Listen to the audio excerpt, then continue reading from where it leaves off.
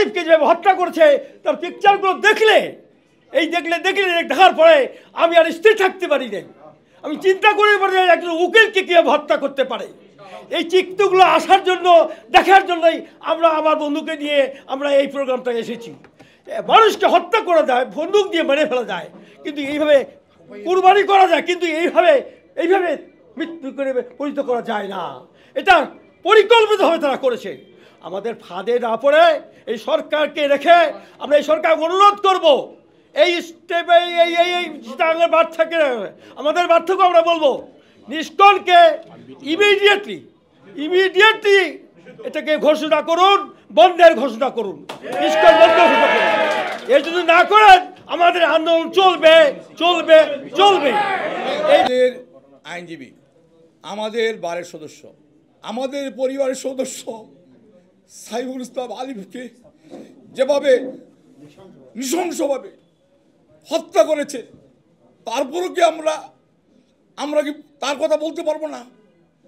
এভাবে মানুষকে তাদের নৃশংস কর্মকাণ্ড দ্বারা তাদের প্রকাশ্যে দিবালোকে আদালত থেকে নিয়ে একজন তরুণ আইনজীবীকে যেভাবে হত্যা করেছে, যেভাবে নৃশংসভাবে খুন করেছে, তারপরে কি আমরা বলবো না এরা সন্ত্রাসী? আজকে আমরা দাবি করছি এই সন্ত্রাসী যারা রয়েছে এবং তাদের মামলা রয়েছে তাদের গ্রেপ্তার করা হোক অবিলম্বে এবং দ্রুত বিচার আওতায় এনে তাদের বিচারের দাবি জানাচ্ছি।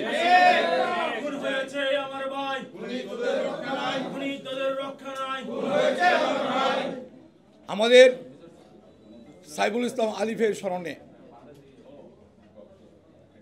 চিটাগাং বারের আইনজীবীরা যে ভূমিকা রেখেছে আমরা তাদেরকে ধন্যবাদ জানাচ্ছি। আর তার স্মরণে আমাদের বাংলাদেশ সরকারের অ্যাটর্নি জেনারেল সমবেদনা জানানোর জন্য পরিবারের সাথে সাক্ষাৎ করেছে, অনুদান দিয়েছে। আমাদের ধর্মমন্ত্রী আবহাওয়া খালিদ হোসেন নগদ অর্থ দিয়েছে এবং 1 লক্ষ টাকার ফান্ড, 1 কোটি টাকার ফান্ডের ব্যবস্থা করেছে। আমি তাকেও ধন্যবাদ জানাচ্ছি আমাদের পক্ষ থেকে। এবং বারের আরও অন্যান্য নেতৃবৃন্দ, সুপ্রিম বারের নেতৃবৃন্দ এখানে গিয়েছে, তাদেরকে আমরা ধন্যবাদ জানাচ্ছি। চিটাগাং বারের নেতৃবৃন্দ বা চিটাগাং বার আর্থিক সহযোগীদের তার ধন্যবাদ জানাচ্ছি। আর পরিশেষে একটি বলতে চাই যে এই রুট মার্চ করার উদ্দেশ্য হলো যে আমাদের এদেশের আইনজীবীরা হয়েছে এদেশের বলা চলে গার্জিয়ান, এদেশের বুদ্ধিজীবী নায়ক। সে আইনজীবীদের গায়ে হাত দিয়েছে এবং এই আইনজীবীরা সবসময় দুর্দিনে দুঃসময়ে জাতির পক্ষে দাঁড়িয়েছে। আজকে আমি বলবো সাইফুল ইসলাম আলিফ জাতির কাণ্ডারি হিসেবে সে তার রক্ত দিয়ে প্রমাণ করেছে একজন বীর। সে তিতুমিরের মতো বীর। 1831 সালে যে তিতুমির এখানে জীবন দিয়ে প্রমাণ করেছে। আজকেও তিতুমিরকে আমরা স্মরণ করছি। আজকেও সাইফুল ইসলাম আলিফকে আমি বলবো যুগ যুগ ধরে তিতুমিরের মতো সে বেঁচে থাকবে আমাদের মধ্যে। নতুন বাংলাদেশ, নতুন দেশ স্বাধীনতা আমরা পেয়েছি। ঠিক স্বাধীনতার এই দ্বিতীয় বাংলাদেশের স্বাধীনতার পর আজকে আবার দেখবেন আপনারা নতুন করে চক্রান্ত শুরু হয়েছে।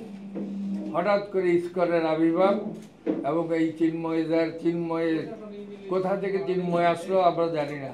আগে ছিল বাংলাদেশ হিন্দু বৌদ্ধ চিন্তা ঐক্য পরিষদ, অ্যাডভোকেট রানা দাশগুপ্তের নেতৃত্বে। এই হঠাৎ তারা এখন নেই। এখন এই 5ই আগস্টের পরে ইসকনের আবির্ভাব, চিন্ময়ের আবির্ভাব, এটা কিন্তু আপনাদেরকে গভীর আগে লিগে যেতে হবে চিন্তার যে এটা কিন্তু এখান থেকে আসে না, এটা কিন্তু ভারতের ষড়যন্ত্র। ভারতের মাধ্যমে কিন্তু রয়ের মাধ্যমে এই চিন্ময়ের আবির্ভাব এবং এটাকে আমাদের দেশকে অস্থিতিশীল করার এই জামাল খান এরিয়াতে আপনারা দেখবেন যারা চট্টগ্রামে আছেন, হঠাৎ করে দেখবেন যে তারা এখানে সনাতনী মিছিল এবং মিছিলের মাধ্যমে তারা এখানে একটা বিশাল ষড়যন্ত্র সবসময় করে থাকে। যাই হোক, এই চিন্ময়ের আবির্ভাবের মধ্য দিয়ে আমাদেরকে বুঝতে হবে দেশকে তারা গভীর একটা ষড়যন্ত্রের দিকে অস্থিতিশীল করতে যায়। এবং ভারত থেকে আপনারা জানেন আজকে পত্রিকায় দেখবেন ভারতের পররাষ্ট্রমন্ত্রী স্বীকার করেছেন যে এটার সাথে আমাদের কোনো সম্পর্ক নেই। শেখ হাসিনার যে বক্তব্য ভারতে বসে দেন সেটার সাথেও কিন্তু তাদের কোনো যোগসূত্র নাই।